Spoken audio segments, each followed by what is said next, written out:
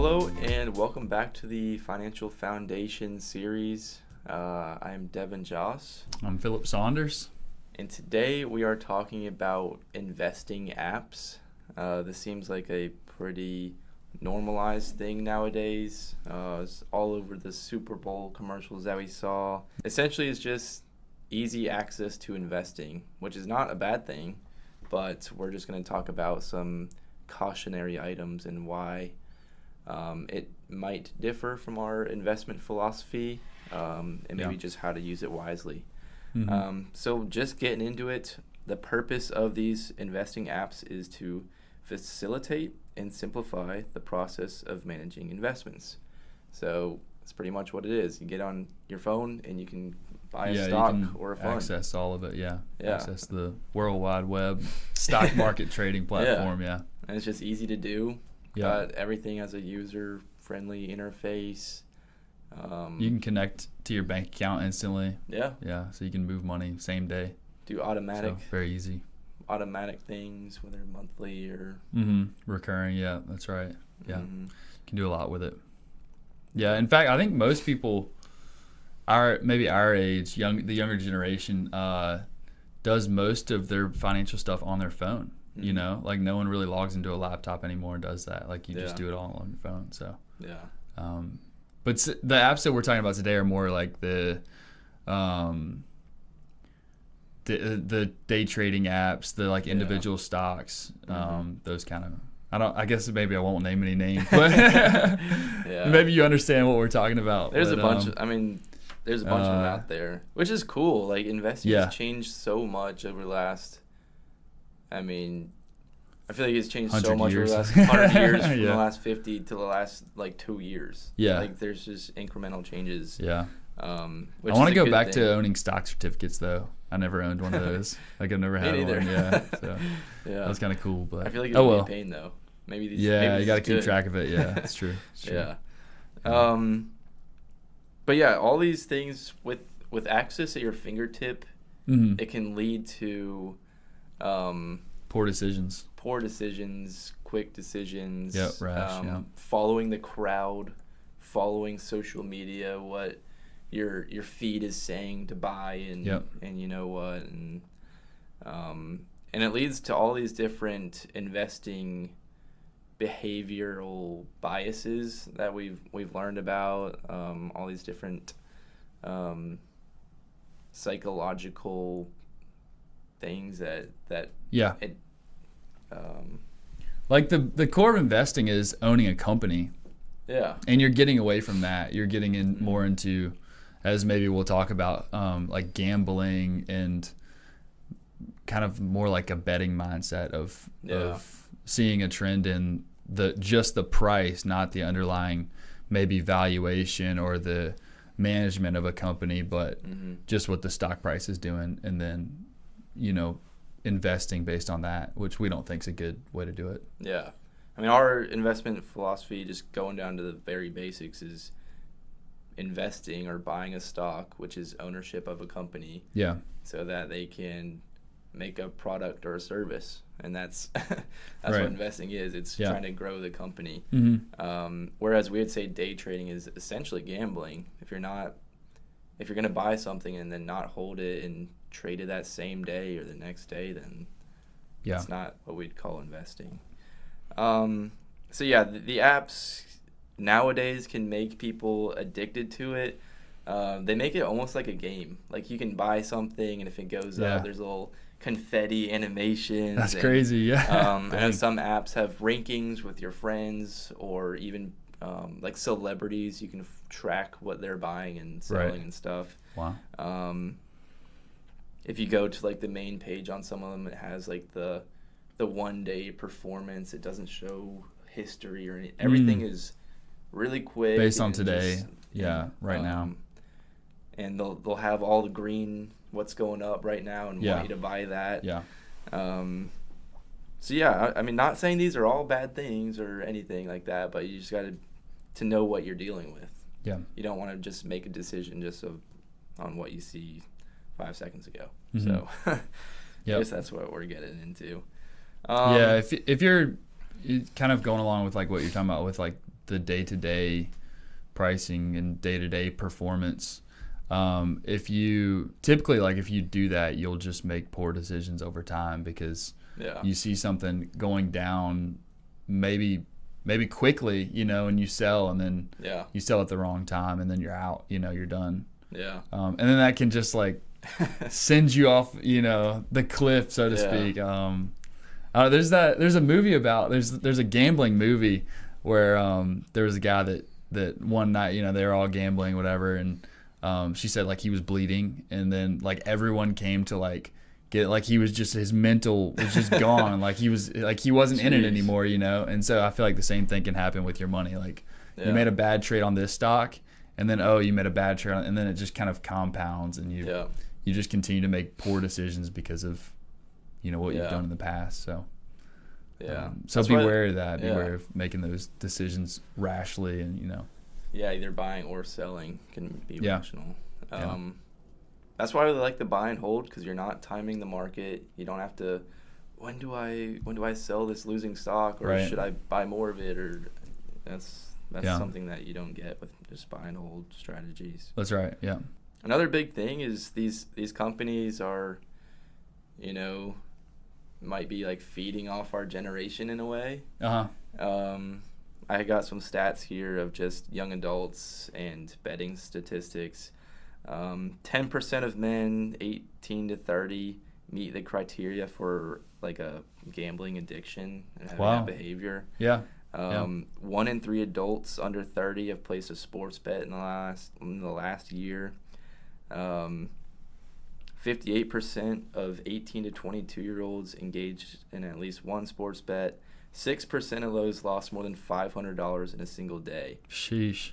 Which $500 is a lot. We had a video on emergency funds, and not even, I forget the percentage, but a large percentage of Americans don't have $1,000 saved in an emergency fund. So just to lose half of that in a single day off of that is crazy. But yeah, these apps are making investing feel like betting. And people our age love that, and we all based off these statistics, and it's just not a good thing. And I mean, if you think about it, like that app is right beside the betting app, so like your mind probably connects the two. Like, bet this, and then I'll do the same in the stock market. So I could totally see that. And if you're betting your life savings, and there's all these dopamine things going on in your brain, it's just might not be a great idea. Moving on, these apps have fees. It's not, they might market that it's free trading or there's no commission or anything, but they'll get you in other ways. I mean, one thing is expense ratios, which that's in most investments, ETFs and mutual funds. So that's, but you still might want to research a little bit based on what you're investing in. That's right. Account maintenance and inactivity fees. Some places will get you if you're not active or putting money in. They'll get a fee for it. Transfer and withdrawal fees. Just taking money out could cost some money. I've seen that with things like Venmo. You can either take your money out in 3 days for free. Or instantly. Or the instant thing. Which those will add up. Yeah, they will. Option trading fees. When you're making contracts and stuff, that costs money. Some of them will have subscription or premium feature fees. So just add-ons for who knows what. Who knows? The option trading fees, that'd be like, if you want to trade options, which is basically the ability to buy a stock or to sell a stock, they'll have fees for buying that option contract. So that's something that not a lot of people think of, but it adds up over time. So these maybe free apps will not be free in the long run. So make sure you do your research and look at what you're paying for and how the company makes money. Like I learned a while back that one of the custodians we use, Schwab, they make money on the cash that clients have in the accounts. Like there's just, I guess, depending on the account, amongst all the Schwab accounts, like that's how they make their money, is like they invest that cash and so forth. So so that's how Schwab makes their money. And there's other ways as well. That's not the only way, but knowing like what you're paying for and how that company is making money, will help you. So so yeah, day trading, all these things that they make you want to just buy stuff. We kind of want to get back to the basics and talk about picking stocks in and of itself is really difficult. Research has shown that most individual stock pickers underperform over time. Right. I researched some statistics on this, and it's about 20% of stock pickers in 2024 outperformed, which that sounds high. 1 in 5. Wow. Yeah. Outperformed. Well, but over 20 years, that's not happening. Just 1 year they outperformed. But over 20 years, you got to do that every year for 20 years. No. And that's just individual stock pickers. And then if we talk about professional managers, even they're hardly ever outperformed in the benchmark. Yeah. There was one famous one. Have you heard of Peter Lynch? He was a manager for Fidelity, and he was really good at what he did. But as Dan has said, he struggled to find the next guy, and so he found someone, but it didn't end up working out. Like that next person did struggle with picking stocks. So it's hard. Like there's only the select few that can do it. Why do you think that is? Well, or why do you think people underperform? That's a good question. In terms of like individual investors, I would say there's a lot of just mistakes being made in terms of like selling too early or maybe buying late, like getting on the bandwagon too late. Or even like trading too much. Like that'll cost money in the long run. Yeah, that's also right. Yeah, trading fees with stocks. Yeah. The other fee that people don't talk about is like the bid-ask spread. Of a stock. So like that's every time you buy a stock, you buy it a little bit above what the price maybe, and then when you sell it just a little bit below, and like the market makers make their money on that spread between the two prices. And so if you're buying and selling a lot, then you're constantly losing out on that bid-ask spread as you go along. So, but in terms of professional money managers, why they underperform the stock market, that's a great question. You'd think they'd have all the knowledge and they would know. But I think that's what makes a free market or a good market is no one has the edge. I guess that's the point of it. Yeah, absolutely. Yeah. And if they did have an edge, then everyone would be winning, which means no one would be winning. Oh, that The Incredibles? When everyone's super, no one will be. Oh gosh. But what was I gonna say? Anyways, it's hard to outperform by picking stocks. Is the bottom line. And if you are an individual stock picker and you don't have a lot of research, then you're probably just picking what's in the news, and that's mostly and so like in years like 25. Like there was a few big names and they still did well. But that's not going to happen every year. And the other part of that, like, is if you are an individual stock picker, that's okay. Like it's not a bad thing. It's just like we want our clients to have the mindset of buy a company because you think it's going to outperform in the long run, and then hold that company and stick to it. Stick to your gut. Remember the reasons why you bought that company, why you invested. But we wouldn't encourage picking companies based on a stock price, moving up or down within a day. Those graphs. Exactly. Also, lack of diversification is a big one for stock pickers. They might just pick big tech stocks and they miss out on everything else in the market. Right. Absolutely. Yeah, and you're probably not investing in international stocks, which outperformed last year. So you would have underperformed that. So absolutely. So underperformance is a real thing, and so we like to just buy and hold, buy the whole market, buy U.S., international, some real estate, or alternatives of some sort, and hold it. Have a goal for it. And your retirement money, you can't really touch till you're 59 and a half. You can't touch it. Depending on the account, yeah. I'm just saying that for sake.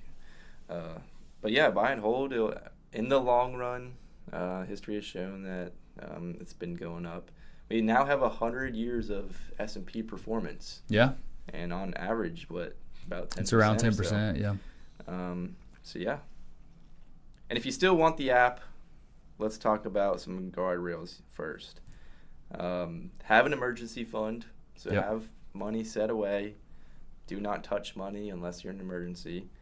We had a whole episode on a budget, and we had, save 10 or 15% to retirement. Yeah. And then download the app and have some guardrails of, what is the purpose of it? Is it just for fun? If it's just for fun, then have a really small percentage of your money. Yeah. Don't put everything in it. Yeah. Know what it's going to be for. If you're setting a vacation fund or something, then know when that's going to be. Set a time horizon. Then you should also know your risk tolerance. If you're investing in individual stocks, then those are typically pretty volatile, and if you're one of those people that checks the portfolio every day, then it might not be the best thing. Yeah. No, I think that's great. Yeah. I don't know if, I guess you mentioned, make sure you're saving to retirement. Don't put that money as your retirement dollars. Have those separate. So this is kind of just the play money, I guess. That's right.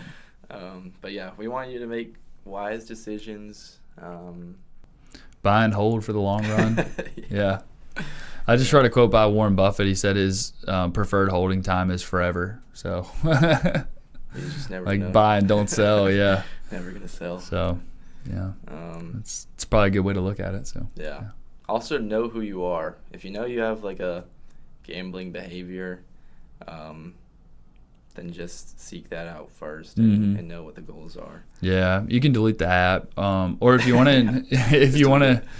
to, there's other like companies that you may not need the app. You could sign up for a company like I don't know, Vanguard or something like that. Yeah. That like they're not so, at least currently, they're not so like technologically advanced, I would say, because of the low cost and because of how they do things. Yeah. So that would be a consideration, a company like that you're not going to be tempted to get on your phone and, move things around. I guess if investing is your goal, then go to something like that. Yeah. But if you're into stock trading and all that, then just make sure you're doing research and make sure your financial plan is in place first. So yeah, I think that was good. Talked about investing apps and making good decisions on it. Yeah, absolutely. All right, well, thanks for watching this episode, and let us know if you have any other ideas you want us to talk about. Yeah, and send them in. We'll get on it. Thanks for listening.